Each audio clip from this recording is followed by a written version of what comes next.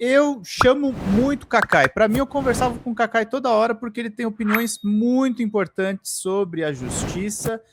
E a gente tem o Jair Bolsonaro preso na Superintendência da Polícia Federal, a gente tem uma tentativa de anistia do Congresso Nacional e a gente teve as ruas cheias nesse final de semana, falando não ao Congresso inimigo do povo, falando sim à democracia, falando sim ao Estado Democrático de Direito, falando contra as translouquices de Eduardo Bolsonaro. A gente viu a sociedade se mobilizando sem anistia para bandidagem, como o José Helder falou aqui. E, Cacai, queria que você falasse do tamanho do problema, que é a tentativa, de novo, de passar a anistia, a dosimetria desse Paulinho da Força, e se de fato tem algum acordo sendo costurado com o Supremo. Boa noite, Cacai. Seja muito bem-vindo aqui à Folha TV. Obrigado por encontrar um espacinho na sua agenda. Como é que você está? Tudo bom? Boa noite, Pedro. Alegria enorme estar aqui com você de novo, com as pessoas que te acompanham. Para mim é sempre um prazer e uma alegria. Olha, Pedro, eu, na verdade, eu tenho pensado bastante sobre essa questão desse PL da dosimetria. Acho que ele tem uma importância no que é central, menor do que as pessoas estão dando. Tem gente que fala que parece uma anistia, não tem nada a ver com anistia, absolutamente nada. Eu vi um artigo de uma jornalista que eu acho que das melhores escreve no Brasil, extremamente bem escrito, onde ela faz uma comparação que, passando esse PL, a pena de Bolsonaro cairia de 27 anos e 3 meses para 36 meses. Até alertei a ela respeitosamente que não é verdade. O que passa para 3 anos e 3 meses é o tempo de regime fechado. A pena vai diminuir para 22 anos e tanto. Aí você tem algumas questões. Nesse ponto fulcral, que é você pegar os dois crimes mais graves em termos de pena e um absolver o outro no princípio da consunção, eu não acho isso errado. Juridicamente falando, eu acho errado a oportunidade. Aglutinar os crimes, né? Os dois crimes, exatamente. Eu já defendi essa tese em vários casos que eu atuei, vários. É uma coisa, no caso, no processo mesmo de um determinado julgamento da trama golpista, o Luiz Roberto Barroso e o ministro André votaram assim. É uma questão jurídica e que poderia favorecer a todos, embora esse crime seja um crime raro, não é evidente. Felizmente, não é um crime que acontece com muita frequência. Agora, foram enxertados, né? O Congresso é muito assim, você tem uma ideia de um determinado projeto de lei e eles colocando um monte de jabutismo, um monte de enxertando e tal, que aí são coisas assim, para diminuir o tempo de progressão de pena, que vai até de encontro, contrário a algumas previsões que tem no projeto antifacção lá. E aí, Pedro, uma coisa que a gente tem que ter coerência e liberdade para discutir. Se você diminui o tempo de progressão de pena, eu, por exemplo, em regra, esquece o caso concreto, eu sou favorável. Nós, advogados mais garantistas, que lutamos pelos direitos humanos, que lutamos pela democracia, que somos contra esse estado de coisa que virou os presídios brasileiros, nós achamos que a prisão tem que ser a última rácio. Claro que para esse pessoal é a última rácio, porque eles fizeram um crime gravíssimo de tentativa de golpe de Estado. Mas, no outro projeto, o projeto de antifacção, que agora está o senador Otto diz que tem questões que estão batendo uma com a outra ali, o senador Alessandro também, e tem razão, porque naquele outro projeto, eles endureceram algumas partes da legislação criminal.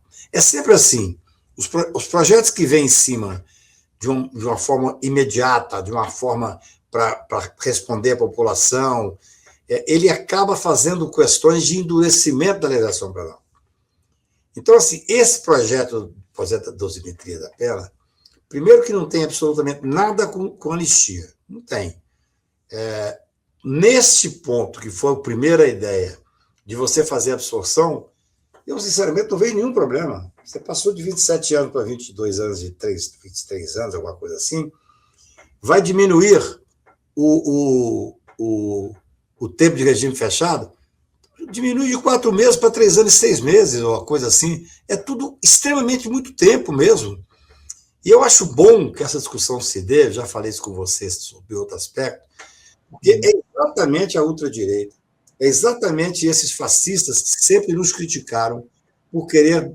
Defendendo direitos humanos. Tudo, por querer humanizar a legislação, por querer dar condições dignas de quem está preso. Eu sempre falo, o cidadão, quando perde a liberdade, ele perde a liberdade, mas, evidentemente, ele não perde os outros direitos, todos inerentes à pessoa humana. A dignidade, inclusive. Então, essa discussão é bom que ela se dê, até porque eu ouvi hoje o senador Otto, que é meu amigo, dizendo que acha que não passa nem no CCJ esse projeto da Câmara. Você se lembra, muito pouco tempo atrás, eles passaram na Câmara um projeto, esse sim, completamente absurdo, completamente dirigido para poder proteger, a fazer aquilo que nós chamamos de, que era o projeto da blindagem, onde o deputado não poderia ser sequer investigado por qualquer crime, estupro, assassinato, uma coisa completamente absurda. Aprovaram, foi uma coisa ridícula, os deputados orando no meio da Câmara, ajoelhados, agradecendo a Deus o fato de poder não ser investigado por crime nenhum. O Senado rejeitou, foi naquele domingo fantástico, que nós fomos para a rua, 2 pessoas, o Senado rejeitou a unanimidade. A unanimidade. Olha que eu advogo no Senado há muitos anos, eu nunca, não sei nem se eu tinha visto essa rejeição à unanimidade. Agora, houve uma manifestação ontem vigorosa, embora boa parte da mídia está fugindo dela, mas bastante vigorosa, até tendo visto o prazo curto de chamamento.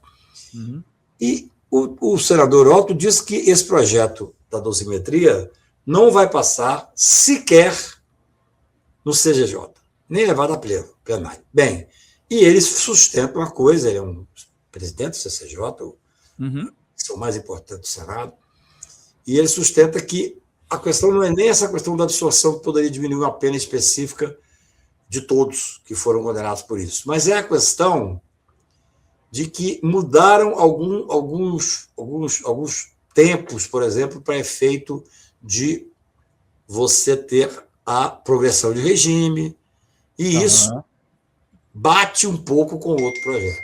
Então, acho que a discussão não é ruim, ela é boa. A única coisa que eu achei estranho, e quero registrar aqui, foi uma matéria que saiu primeiro no ICL, se não me engano. Eu vi também. Que diz que 3 ministros do Supremo teriam conversado a respeito do projeto para diminuir as penas. Isso, sinceramente, eu acho que foge de uma normalidade democrática. Por quê? O Supremo Tribunal teve e tem a autoridade e a determinação constitucional para poder julgar os casos. Julgou com base nas provas dos autos. Condenou. Começou a cumprir pena, uma coisa rara no Brasil. General cumprindo pena, ex-presidente da República, ministro da Casa Civil. Bem, agora vem os próprios ministros, que foram os julgadores do caso, discutir para diminuir pena. Não existe essa previsão constitucional. Isso não existe. Mas a discussão é boa. Não acho que devemos nos assustar com ela, porque é exatamente aquilo que eu te falei uma vez, falando sobre a questão da ideia se for o caso, de um mutirão, se tiver prisão domiciliar para Bolsonaro. Nessa hora, nós temos que aproveitar que os fascistas estão acuados, com medo, sentindo o cheiro de cadeia, e eles podem ser que consigam fazer algumas discussões melhores, tipo manter a hipótese de progressão. O Bolsonaro era contra a vida inteira. Não, o preso tem que cumprir os 20 anos que foi condenado.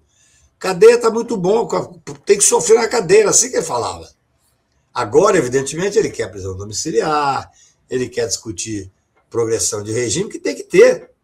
Você tem que o cidadão, quando vai para um presídio, a única hipótese que tem dele não enlouquecer é exatamente se ele souber o seguinte: não, se eu entrar nos eixos aqui, se eu trabalhar, se eu ler, remissão. Eles eram contrários. Me lembro que quando o Zé Disseu conseguiu fazer remissão de pena, porque ele lê muito a vida inteira, e ele lia, fazia lá o resumozinho e teria direito à redução de pena, os bolsonaristas enlouqueciam, dizendo que não tinha que ter. Claro que o Bolsonaro nunca vai ter uma redução de pena por leitura, porque ele não sabe ler.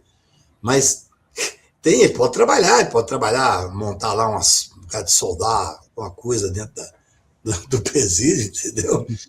Então a discussão ela não é desimportante, não, mas ela é menos grave do que as pessoas que não têm obrigação de conhecer como é que funciona, claro, do que as pessoas pensam. Não, eu digo isso, esse artigo da Dorrit, que é uma gênia para escrever, talvez já escreva hoje no Globo, ela falava que era muito triste ver uma redução de pena de 27 anos para 36 meses. Artigo todo maravilhoso, apenas teve esse ponto que é um ponto que é normal a pessoa pensar assim, porque é o que a imprensa está dando. Mas eu acho que a gente tem que acompanhar. Essa fala do senador Otto hoje é muito interessante. Ele não passa sequer na CCJ. E, de qualquer maneira, é bom você ver a direita, a ultradireita, está querendo discutir melhoria na legislação penal, querendo discutir diminuição de pena, querendo discutir progressão de regime. É o lado... É a única coisa positiva que esses caras já fizeram, ainda que indiretamente. Fala, galera da Folha TV, não se esquece de se inscrever aqui no nosso canal para assistir programas como Folha Notícias Manhã, Folha Notícias Noite, o nosso Folha Entrevista e o nosso Barzinho das Meninas. Muitas coisas bacanas a gente acompanha por aqui e a gente precisa muito, muito do apoio de vocês para nosso trabalho jornalístico, investigativo, de curadoria de conteúdo, com vocês ajudando no nosso Pix, folhademocrata@gmail.com, ou mandando superchats, valeu demais, e os recursos financeiros, tornando-se membro do nosso canal, no nosso curso de jornalismo básico, para você ficar muito bem informado a respeito de tudo. Queridos e queridas, muito obrigado pela presença de todos vocês, vida longa e próspera. Cuidem-se, cuidem dos seus, e não esquece de se inscrever aqui na Folha TV. Até mais!